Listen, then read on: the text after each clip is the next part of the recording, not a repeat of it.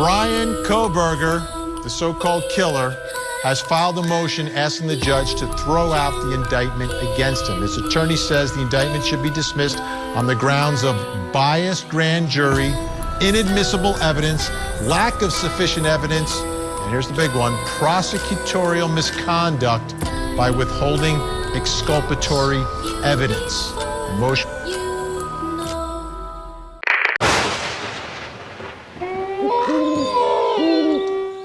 Was Edward Snowden right when he talked about surveillance?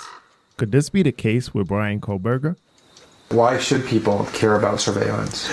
Because even if you're not doing anything wrong, you're being watched and recorded, and the storage capability of these systems increases every year consistently by orders of magnitude, to where it's getting to the point you don't have to have done anything wrong. You simply have to eventually fall under suspicion from somebody, even by a wrong call. You simply have to eventually fall under suspicion from somebody. If you got to know him well, you would see layers of things that were a bit off or different. What I do know is that Bryan did have anger issues.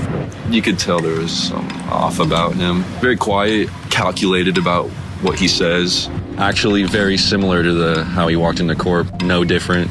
And then they can use the system to go back in time and scrutinize every decision you've ever made, every friend you've ever discussed something with, and attack you on that basis to sort of derive suspicion from an innocent life and paint anyone in the context of a wrongdoer.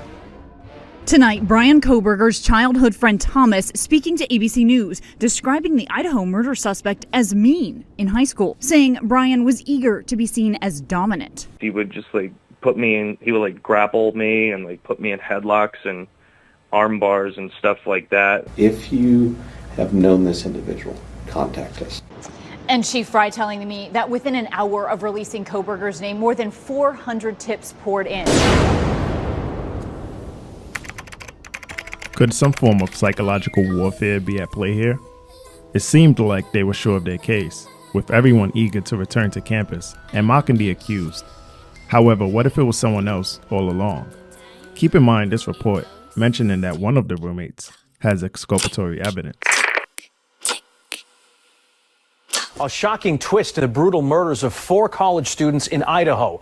The Pennsylvania man accused of the killings now says a survivor can help clear his name. Kohberger's attorney says that one of the surviving roommates allegedly heard or saw things that could clear the suspect's name, according to a court filing. The state had been reluctant to disclose evidence to the defense. However, the judge recently ordered the state to reveal portions of the evidence.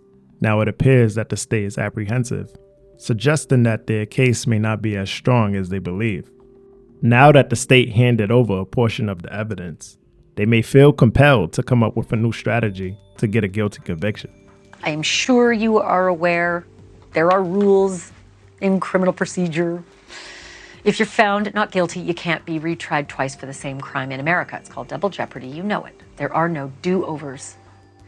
But tonight I want to talk about how Bryan Kohberger could theoretically be convicted of murder even if he's initially acquitted. You heard me, how the state could try him twice, thrice, maybe even 4 times. Previously, it was stated that the prosecution had a solid case. I think the public is now realizing that this case isn't as solid as they believe, especially when 40% of the students flee campus and choose not to return. The university may have jumped the gun in arresting Kohberger in order to protect the town's revenue. I mean, apart from the DNA allegedly found on the knife sheath at the murder scene, which is huge, there's not a whole lot of evidence providing a solid link between Kohberger and the murders. And in newly filed court documents, his lawyers say none of the victims' DNA was found in Kohberger's apartment, home, office, or car. And so if he can get that DNA tossed, convicting him could get a whole lot harder. And that is why prosecutors may need to get creative. Here's how. Try Kohberger separately for each of the 4 victims he allegedly killed. 4 separate trials. Do you think it's at all possible that the prosecution is so confident about their case, they're not worried at all about the House standing? I've been told that exact thing. I've been told 100%. The amount of stuff we have, Steve, relax. You know, you're a very aggressive a father. Relax. But if the prosecution is 100% confident that they have their guy, then they would have turned over all of their evidence. Bryan Kohberger will likely walk because everything about this case is circumstantial. Last year I reported on how sloppy law enforcement handled this case from the very beginning. I knew that the way law enforcement handled this case, this was not normal. Officers waited to examine the evidence 6 days later. A source close to the investigation stated that the time that elapsed between when the bodies were found and the forensics team returning to the crime scene allowed crucial evidence to be corrupted by weather or other activities.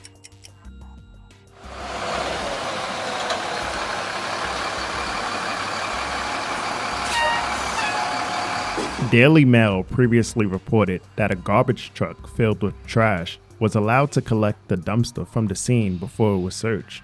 Despite cops telling the victims' families that the killer left a mess of evidence, James Fry gave a blundering press conference in which he repeatedly could not answer basic questions about the crime. Gotti Schwartz, NBC News. Just following up on the 911 call, you said that you don't believe that's the killer. Can you conclusively rule out the person that called 911 from inside the home as a suspect in this case? Can you go ahead and just ask that one more time, please? The person that was inside the home that called 911 that was not one of the roommates. Can you conclusively rule that person out as a suspect at this point? I don't think I said that it wasn't one of the roommates. I said that it was used with the roommate's phone. I believe somebody asked if that was the killer, and you said no. No, that's correct. Was there someone there other than the two roommates when police responded to the home? So will you clarify that for me? You're not confirming a roommate called 911, but used the roommate's phone. So was there someone else at the home other than those two roommates? There was other friends that had arrived at the location. How many? Honestly, I'm not quite sure at this time, to be quite honest.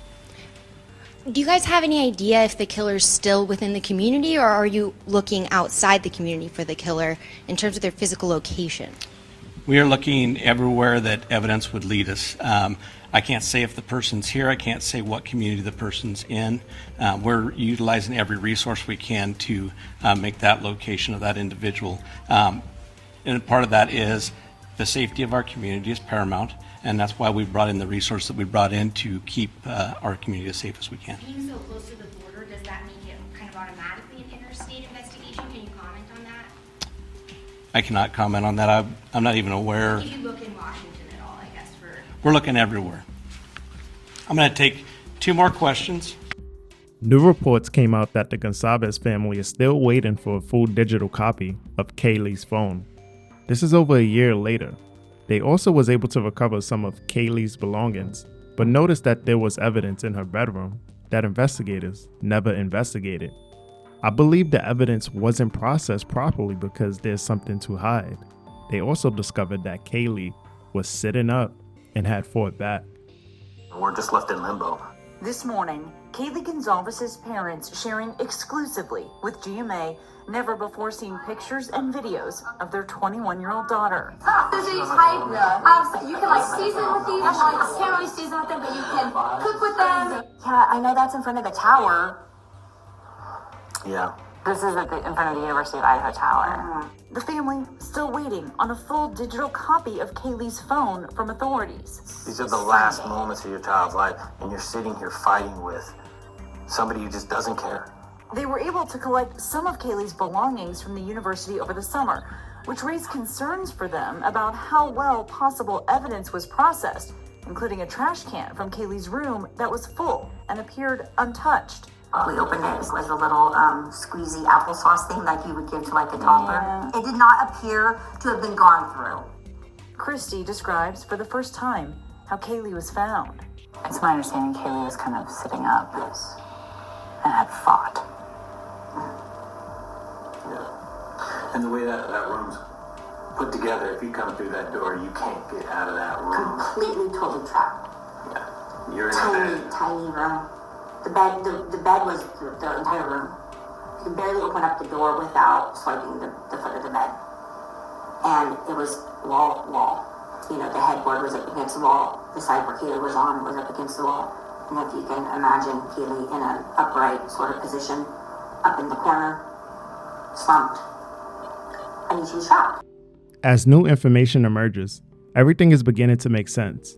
The university had a compelling reason to swiftly tear down the house, and it doesn't seem to have a significant financial impact on them. Consider this. What other meaningful changes did it bring about? Stay tuned for part 2. It's Casper West here, signing out.